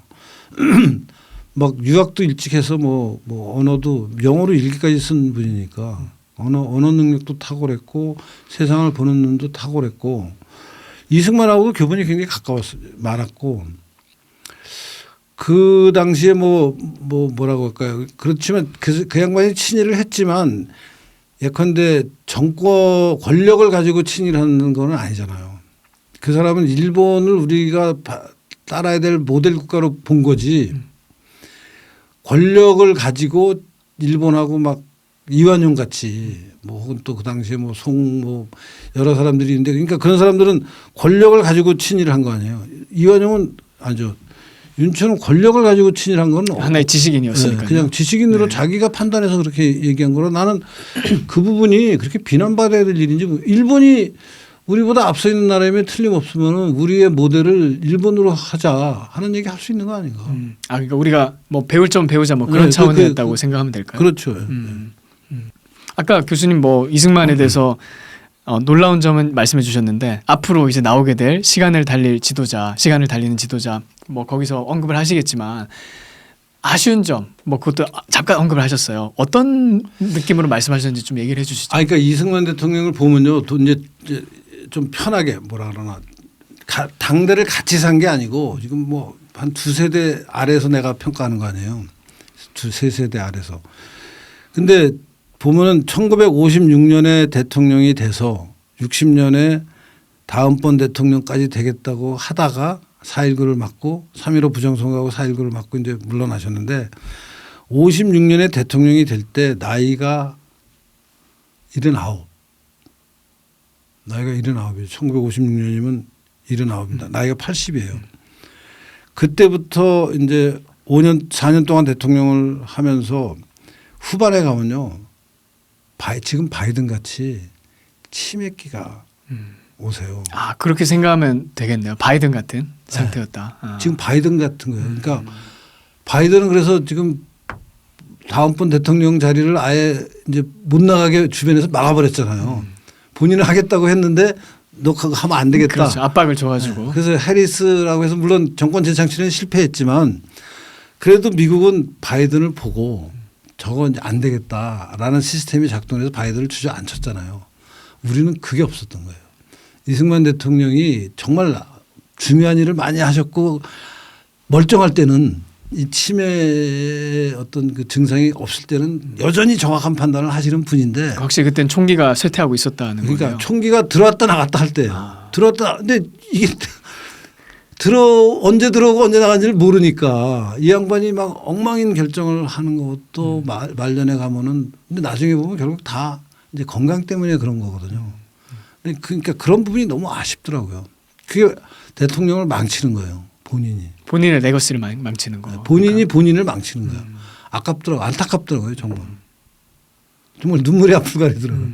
그 총기 있던 젊은이가 20대 그 한성 감옥에서 그 온 거 쓰고 그 사람이 그렇게 오랜 세월을 그 싸워서 일본과 싸우고 미국과 싸우고 그래서 대통령이 돼서 북한이랑 싸우고 그래서 온갖 일을 다 해요. 뭐 농지 개혁도 하고 뭐 정말 해야 될 일 다 하면서 그 막판에 가서 해야 될 일을 못 하고 이기붕한테 휘둘리고 박마리아한테 휘둘리고 프란체스카 자기 부인한테 휘둘리고 부인은 이승만에 대해서 악감정을 가지고 그런 게 아니고 건강을 생각해서 이승만이 사람들하고 만나서 막 화를 내고 막 열변을 토하고 그러면 프란체스카가 나중엔 건강이 불안해져서 못 만나게 해요. 사람을. 근데 그것도 약간의 부작용을 만들어내요. 그러니까 말하자면 비선 차단이 되는 거예요.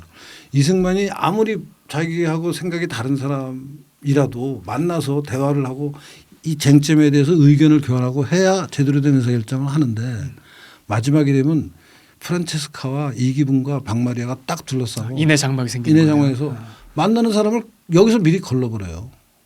그거 듣기 좋은 소리만 하고 이승만은 오락가락하고 이런 모습을 말년에 한 2, 3년 미국 대사가 본국에 보내는 보고서에 다울링 대사라는 사람이 미 국무성에 보내는 보고서에 보면 이승만이 치매 앓고 있다고 써 있어요.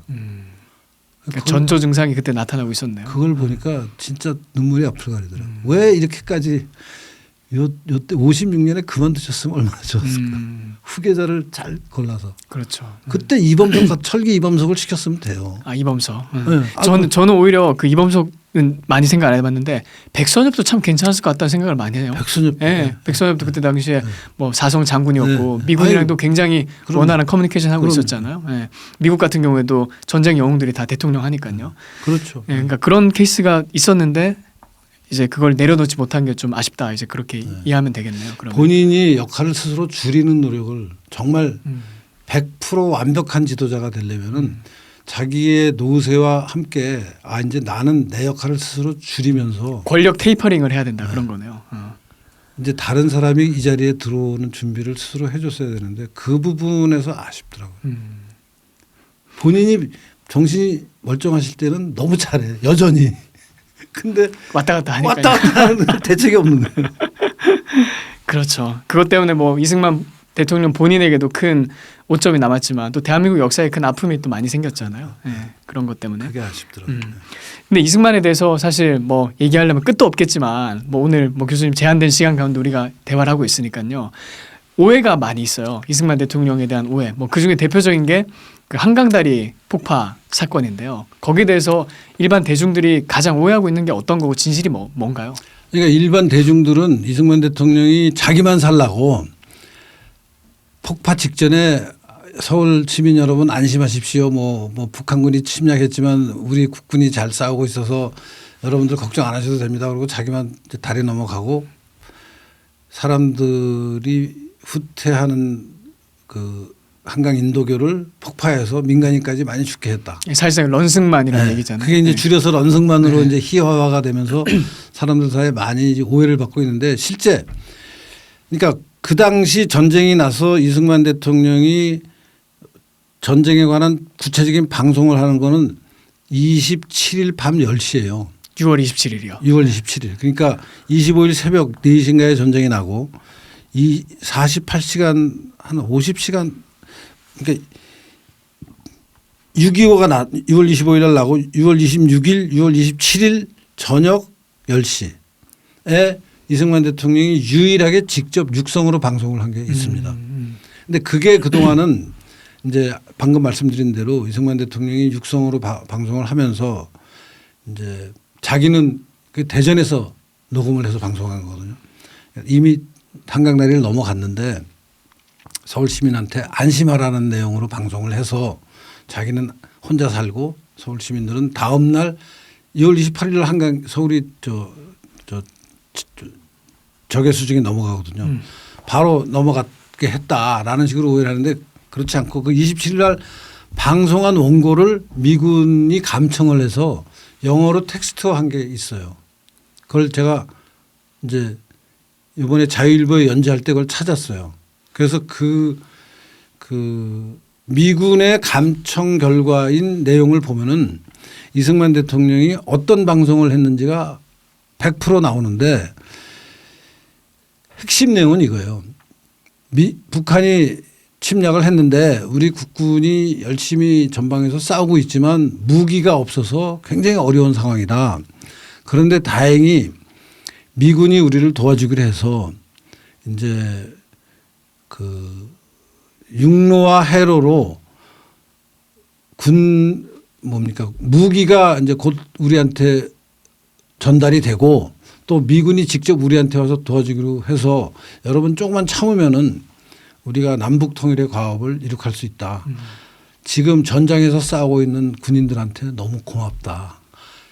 그러니까 아니 지도자로 당연히 할 수 있는 그러니까 내가 보니까 전쟁을 지휘하는 최고 책임자인 대통령으로서 당연히 할 말을 그러니까 객관적인 사실을 얘기하고 전황에 대해서 또 앞으로 전쟁이 지금 우리가 어렵지만 미국이 도와주기로 해서 우리가 잘 싸우면은 버틸 수 있다. 또 나가서는 남북 통일 이번 기회에 할 수 있다라는 얘기까지 하면서 100% 하자가 하나도 없는 전쟁 지도자로서 완벽한 전쟁 연설을 한 게 27일 밤에 방송인데 그동안은 그게 이승만이 런승만을 보여주는 아주 비겁한 모습이라고 잘못 알려진 게 이번에 제가 그 미국이 만들어낸 그 감청 보고서 자체를 발굴해서 밝혔어요. 그래서 그게 제일 보람이 있고 두 번째는 이제 27일 밤에 그 방송을 하고 28일 새벽 2시 반에 한강 인도교가 폭파가 돼요. 근데 한강 인도교가 폭파될 때 그동안 우리나라 사람들이 알고 있는 게 그 인도교에는 군인과 경찰과 민간인이 마구 섞여서 그냥 뭐 아무런 질서도 없이 그냥 피난을 막 가는데 그냥 갑자기 새벽 2시 반에 폭발을 시켜서 뭐 군인하고 경찰 죽은 것까지 어쩔 수 없다고 치더라도 수많은 민간인이 뭐 800명이 죽었다 400명이 죽었다 뭐 이런 얘기들을 막 했는데 온갖 사료를 다 확인해 보니까 이게 객관적인 사실입니다. 6월 28일 새벽 2시 반에 다리가 폭파되는데 6월 27일 밤 9시부터 한강 인도교를 용산 쪽에서 통제해요. 민간인은 못 다니게 해요. 그 기록이 다 나옵니다. 그래서 그 한강 다리를 넘을 수 있는 것은 군인과 경찰밖에 없었어요. 민간인은 접근이 안 되고 접근이 못 들어갔어요. 그 다리로. 그게 이제 그동안은 잘못 알려져서 뭐 온갖 그 6.25를 다루는 영화에서 보면 인도교에 막 사람들이 막 짐 지고 뭐 애 없고 뭐 개나리 보찜 지고 막 지나가고 있는데 팡 터져가지고 사람들이 뭐 사람 죽고 뭐 날아가고 아비규환이 되고 뭐 그런 식으로 막 이미지가 만들어져 있는데 전부 거짓말이고 6.25 때 종군 기자 한 분이 있어요. 박성환이라는 경향신문 그 당시 국방부 출입 기자였고 6.25가 나서 국방부에서 당시 6.25 전쟁이 나니까 종군 기자단을 꾸려요. 그 종군 기자단의 간사장을 해요. 이분이. 그래서 우리나라 종군 기자 1호로 실제 이분이 그래서 부산에서 그 인천 상륙작전 할 때 해병대 군함을 타고 인천에 상륙해서 종군해서 그다음에 서울 수복을 해서 거기 다 계속 종군을 해가지고 서울 수복할 때 저기 중앙청에 태극기가 올라가는 사진이 유명한 사진이 있습니다. 그 사진을 찍은 분이에요. 아 그걸 찍으셨어요. 굉장히 아이코닉한 사진이잖아요. 이거 엄청나게 네. 중요한 그 온 국민이 다 보는 그렇죠. 사진인데 네. 그 사진을 찍고 그래서 그 사진을 찍은 덕분에 이승만 대통령한테 훈장도 받고 하는 분인데 이분이 회고록을 남긴 게 파도는 내일도 친다라는 1965년에 나온 책이 있어요. 그 책에 내가 확인을 했는데 사실은 요거는 건국전쟁 영화 볼 때는 제가 모르던 자료예요. 그 이후에 이게 논란이 되면서 내가 막 뒤지다가 찾게 됐는데 6.25 전쟁이 나서 이제 여러 가지 전황이 벌어지고 있는데 그 중에 하나가 아까 얘기한 1960년 6월 27일 밤 9시를 기해서 한강 인도교의 용산 쪽 통제를 해서 인도교에는 군인과 경찰만 다니게 돼 있다라는 기록이 전국 기자가 쓴 기록이 있어요. 아, 그렇게 또 확인이 되는 거예요. 아, 이건 뭐 이건 그러니까 100% 사실인 거예요. 그러니까 그동안 나왔던 이 개소리들 있잖아요. 진짜 개소리들이에요. 막 민간인이 뭐 400명이 죽였니, 800명이 죽였니, 4,000명이 죽었니, 뭐 자기 그냥 생각나는 대로 막 쓴 거예요, 그냥. 그렇지 않았다. 굉장히 그 나름대로 질서 있게 군하고 저 경찰만 먼저 가라. 민간인을 못 간다. 그래서 민간인들은 그래가지고 저 용산에 무슨 나룻배 타고 막 이렇게 넘어가고 해요. 이촌동에서. 그러면 그런 주장은 어떻게 봐야 될까요? 이승만이 그래도 폭파를 뭐 말씀하신 대로 정말 질서 있게 해서 민간인 피해가 폭파 당시에는 거의 없었다 하더라도 이승만이 그걸 지시해서 결국에는 시민들이 서울 이북 한강 북쪽에 고립됐기 때문에 많은 피해자가 발생했다. 민간인 피해자가 발생했다. 뭐 그런 얘기는 어떻게 얘기할까요? 근데 그거는 뭐 어떻게 보면 사실인데 6.25라는 일단 첫 번째로 이승만이 다리 폭파를 지시한 게 맞나요? 아니 다리 폭파 자체를 지시한 적은 없습니다. 없죠. 제가 봤더니 이승만 대통령은 이제 다리를 넘어가는 거는 이제 참모들이 막 넘어가자 해서 넘어가는데 다리 폭파 자체를 지시한 건 없고 참모총장한테 다리 폭파가 필요하면 네가 해라라고 참모총장한테 지시한 거예요. 아, 그런 게 있어요? 그러니까 이건 전쟁을 책임진 게 물론 상징적으로는 대통령이지만 군의 참모총장이 책임지는 일선에서 또 거예요. 결정을 내려야 되니까. 그 참모총장한테 네가 알아서 그러면 필요하면 폭발을 해라라고 시키고 가는데 군에 관한 모든 결정을 이제 위임을 하는데 그 참모총장이 지시를 해요. 결정을 내리는 거네요. 근데 그 참모총장은 부산 전전에서 죽어요. 그래서 이제 뭐 그 맞으면 그 한강다리를 폭파한 책임이 있느냐 없느냐 그게 또 잘못된 거냐 잘된 거냐 하는 것은 군사적인 문제인데 이제 군사적인 차원에서 보니까 그 폭파가 조금 일러서 그게 이제 새벽 2시 반에 폭파가 되는데 그날 2시 반 지나서 한 5시 6시가 되면 서울이 접수가 되거든요. 공산당에. 그러니까 한 2-3시간 먼저 폭파한 거예요. 마지막 순간에 폭파하는 게 제일 정답인데 그러면 마지막 순간까지 폭발을 안 하고 서부전선에 있던 군인들 또 중부전선에 있던 군인들이 서울을 통해서 인도교를 통해서 후퇴해서 갖고 있던 무기와 이런 것을 수원 이남으로 넘기고 나서 마지막 순간에 폭파했으면 100% 완벽한 건데 어떻게 이걸 예측해요. 그렇죠. 그러니까 뭐 2-3시간 전에 폭파한 게 얼마나 잘못된 거냐. 그러면 3시간 후에 폭파한 게 100점인데 나중에 보니까 3시간 후에 서울이 점령이 될지 5시간 후에 점령이 될지 1시간 후에 점령이 될지를 사실 아무도 모르는 거예요. 그때 당시에는 강 남과 북을 잇는 다리가 그 하나밖에 없었어요. 사람이 다니는 거. 사람이 다니는 철교가 있어. 광진교라고 광진 저쪽 광진구 쪽에 광진구 쪽에 있는 거 하나. 광진구 멀리 있고 마포 그러니까 용산에 하나 있고 용산 옆에 철교가 2개. 경인선 경부선. 사실상 이제 주요 통로가 될 수 있는 건 그 하나밖에 없었던 거네요. 그리고 제가 알기로는 이승만 대통령이 그때 당시 아까 말씀하신 참모총장은 전사했지만 그 공병감 그 최창식인가요? 네. 그 사람에게 이승만이 굉장히 분노해서 뭐 사형을 시킨 걸로 알고 있잖아요. 근데 그 사람 무죄 나와요. 나중에 박정희 대통령이 그걸 또 복권을 시켜주잖아요. 복권이 그러니까 그 사람은 명령에 따라서 했는데 왜 그러니까 그렇죠. 정서상으로는 뭐 사람을 많이 죽였다고 해서 그 사람을 사형을 시켰는데 나중에 이제 증거를 갖고 재판을 했더니 그 사람은 명령에 따라서 한 거라서 아무 죄가 없다 이렇게 본인의 의지가 개입된 게 아니니까요. 네. 명령을 따라서 한 거니까.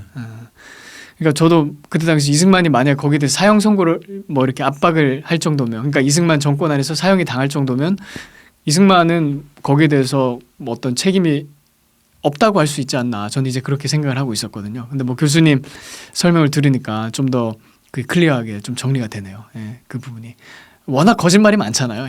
그 현대사가 진짜 거짓말이 너무 많아요. 내가 지금 몸으로 겪은 것만 해도 위안부 거짓말이죠. 전태일 거짓말이죠.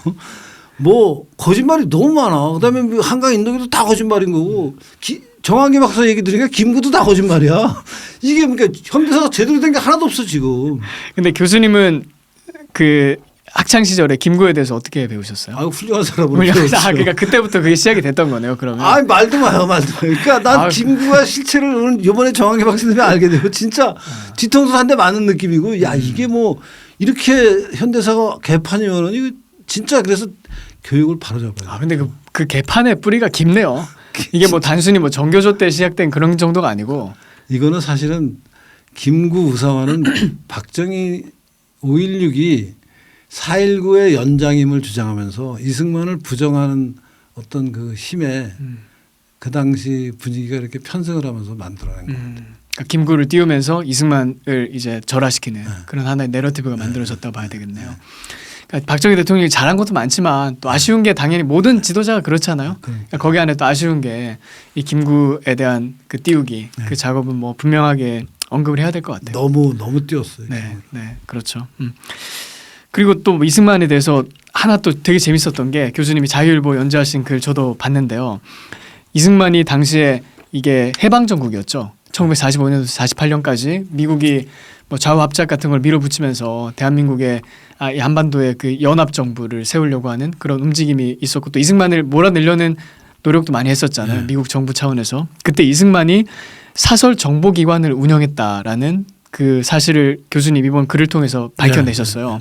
저도 뭐 이승만에 관심이 꽤 있는 사람이지만 이 얘기는 처음 접했거든요. 이게 어떤 개념인지. 아니 저도 그래서 요번에 이제 그 이승만 사료를 제가 그동안 모아놓은 걸 꼼꼼히 이거저거 보다가 이제 알게 된 건데, 그러니까 1946년 6월 달에 우리가 소위 정읍 발언, 정읍 선언이라고 얘기하는 이제 북한에 이미 공산 정권이 서 있으니까 남한만이라도 자유민주주의 국가를 세우자라는 이승만의 발언이 나오는 게 정읍에서 46년 6월 달에 나옵니다. 그게.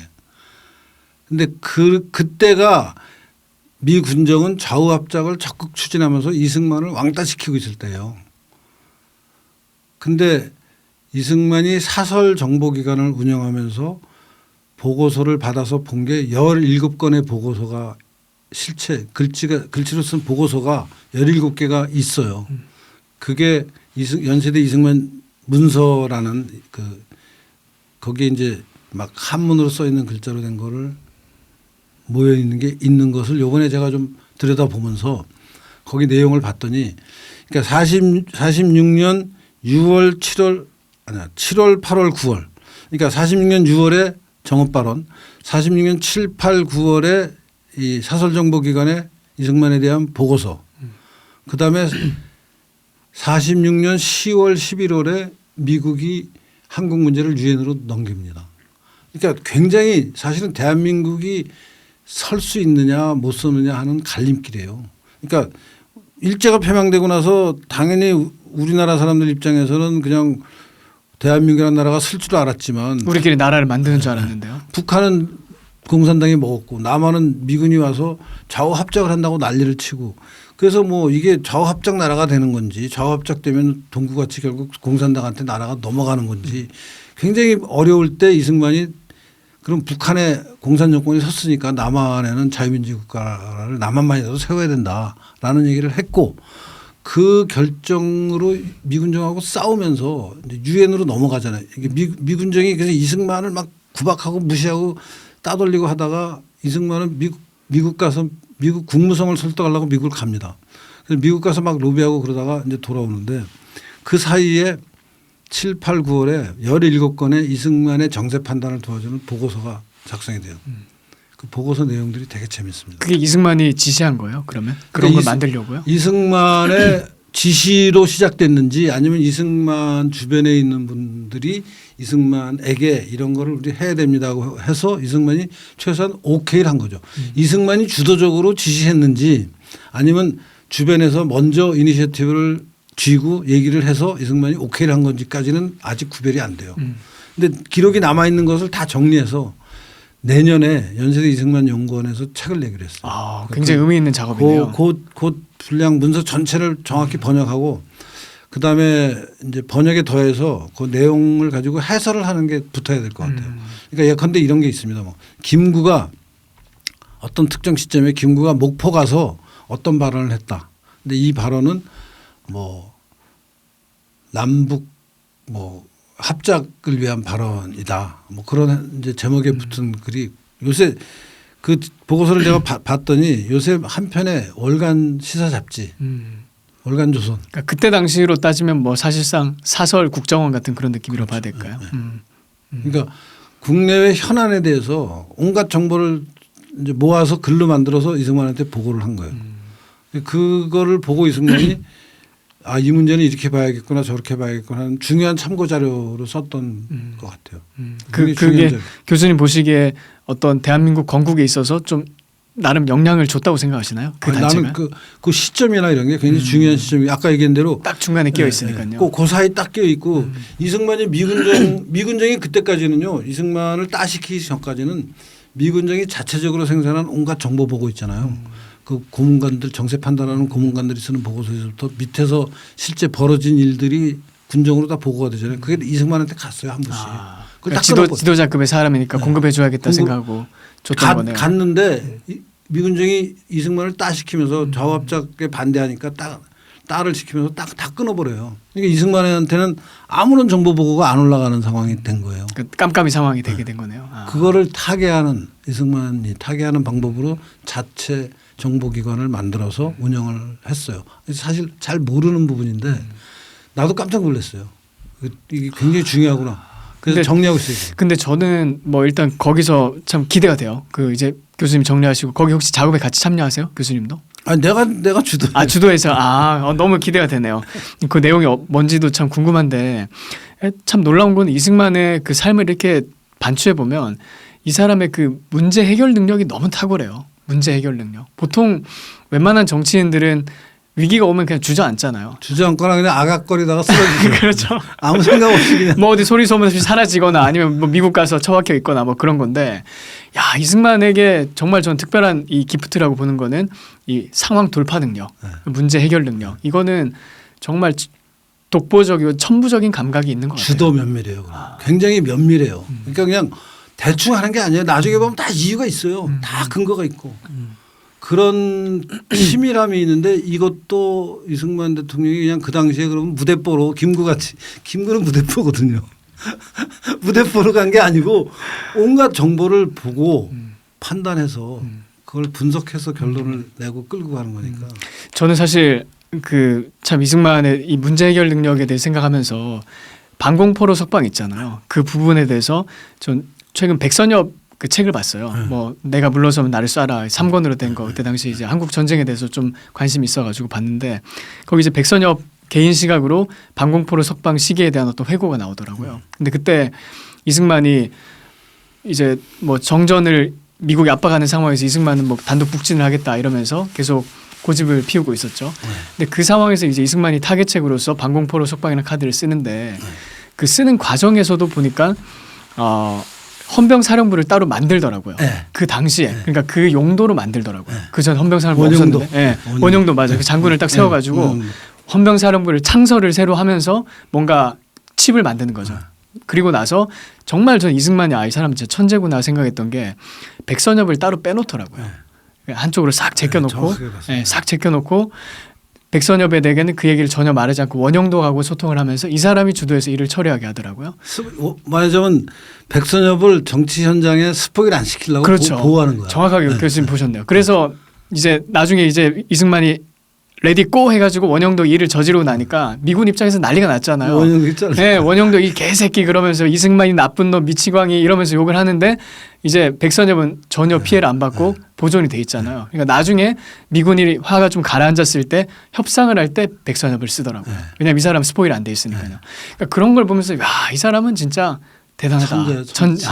진짜 천재다. 아까 그 대목을 이해할 수 있는 정도로 지금 이해하면은 이승만에 대한 연구가 무지 많이 됩니다. 저는 뭐 그냥 아마추어 차원에서 이제 관심을 가지고 거기서 한 걸음 더 나오면요. 그 원영덕이 그래서 이승만의 오른팔이 돼요. 그 이후로 그게 부산 정치파동 때잖아요. 그런데 그 원영덕을 능가하는 사람이 김창룡이에요. 이 김창룡이 원영덕보다 더 유능해. 그래서 김창룡과 원영덕을 쌍두마차로 이승만이 이제 이쪽 고비 땡겼다가 저쪽 고비 땡겼다 그러면서 전국을 운영하면서 김창룡은 완전히 좌익 때려잡는데 완전히 선수예요. 김창룡이 없었으면 이승만이 제대로 못했을 거예요. 그 덕분에 박정희도 잡혀서 박정희 대통령이 좌익이었잖아요. 남로당 출신이었죠. 남로당. 아 그러니까 그걸 저 김창룡이 잡아가지고 전향을 시켜서 우리가 지금 존경하는 박정희 대통령이 그래서 나오는 거예요. 김창룡이 숙군 작업을 담당했던 거예요. 숙군의 최고 책임자예요, 김창룡이. 김창룡과 그 원영덕의 관계도 이승만이 딱 쌍두마차로 딱 고삐를 땡기고 대단해요 지금. 이 사람의 그 정치력, 요즘 말로 말하면 이제 정치력 만렙, 그 용인술이 참 대단하네요, 진짜. 그게요. 요새 정치랑 비교. 그게 하여튼 그렇게 그 용이 지도하게 전국을 끌고 가던 분이 말년이 되면 그걸 못 한다니까. 전혀 생각이 없다니까. 진짜 그거 보면 너무 안타까워. 말년에. 진짜 안타깝네요. 건강이 나빠지니까 아무것도 안 되는 거예요. 진짜 안타깝네요. 그래서 뭐 이제 마무리하는 차원에서 그럼 이승만에게서 우리가 뭘 배울 수 있을까요? 지금 현재 한국 사실 한국 정치권 보면 노답이잖아요. 그러니까 이승만을 통해서 우리가 배울 수 있는 게 사실 뭐 끝도 없이 여러 가지가 있는데 네. 가장 중요한 게 정치라는 것은 어떤 이상, 가치, 목표를 향해서 가야 됩니다. 그거 없이 그냥 아무 생각 없이 그냥 생존을 위해서 정치하는 것은 정치가 아니에요. 그건 진짜 생존이지. 그러니까 뭐 오늘은 이놈이랑 내일은 저놈이랑 뭐 치고받고 싸우고 뭐 이놈이 뭐 녹음한 거 흘리고 저놈이 복사한 거 흘리고 하면서 요즘에 또 뭐 명태균이 공천이 어쩌고 저쩌고 그런 거 보고 있으면 이렇게 해서 뭘 어쩌는 거냐. 추구하는 가치가 뭐냐. 그러면 이렇게 해서 북한 김일성 정권을 무너뜨리고 대한민국을 통일하겠다는 무슨 그런 길로 가는데 이게 무슨 도움이 되는지 하는 게 설명이 나와야 될 거 아니에요. 근데 뭐 아무런 관련이 없어 그거하고는. 근데 이승만 대통령 보면 그런 부분에서 명확한 분이에요. 미군정하고 싸워야 되면 싸워서 지금 나는 대한민국이라는 나라를 세워야겠는데 왜 니네가 이렇게 협조를 안 하냐. 세우고 났더니 김일성이 저거 때려잡아야 된다.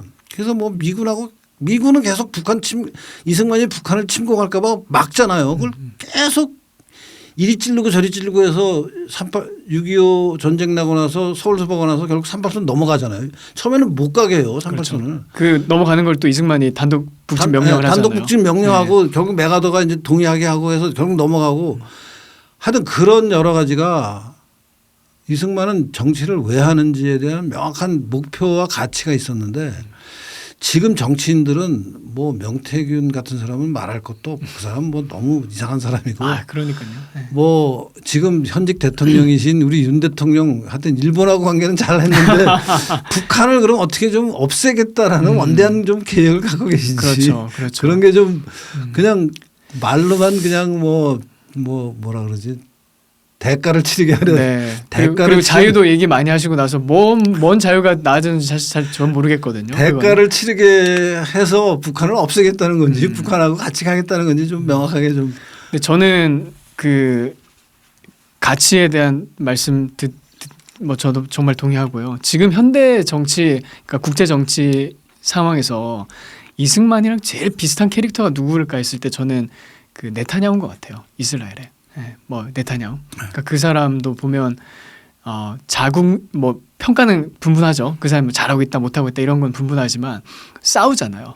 네, 자국의 이익을 위해서 사활적인 이익을 위해서 때때로는 미국이랑도 강하게 맞서면서 또 미국에 있는 유대인들 커뮤니티 여론을 또 필요하면 동원을 하거든요. 그 사람이. 그래서 미국 의회 압박을 그 지적을 들으니까 그런 것 같아요. 네타냐후 진짜 요새 잘하더라고요. 너무 잘해요. 네, 너무 잘해요. 그래 압박을 하고 그 그래서 이제 자기 원하는 걸 점점 이뤄내고 있잖아요. 뭐 이란에 대한 거라든지 뭐 헤즈볼라에 대한 그 북쪽의 안보를 확보하는 거라든지 가자 지구를 점령하고 점점 이제 이스라엘을 뭐 부국 강병하게 만드는 지도자니까요. 그러니까 요새는 그 헤즈볼라니 뭐 하여튼 그쪽에 질이 멸렬이더라고요. 질이 멸렬이죠. 그리고 앞으로 뭐 트럼프가 되면 또 둘이 짝짝꿍이 더 잘 맞으니까 뭐 이란도 어떻게 될지 이제 굉장히 위험해지겠죠. 그 이란 같은 경우에는.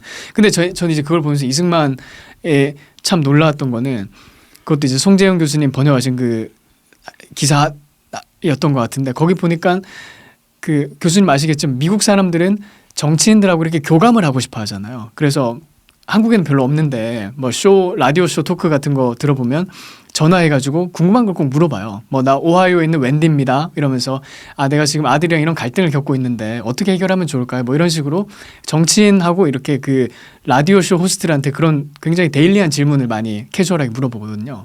근데 제가 정말 놀랐던 건 뭐냐면 그때 당시 이승만에 대해서 사람들이 굉장히 궁금한 게 많더라고요. 미국 시민들이 그 1940년대 50년대를 지나면서요.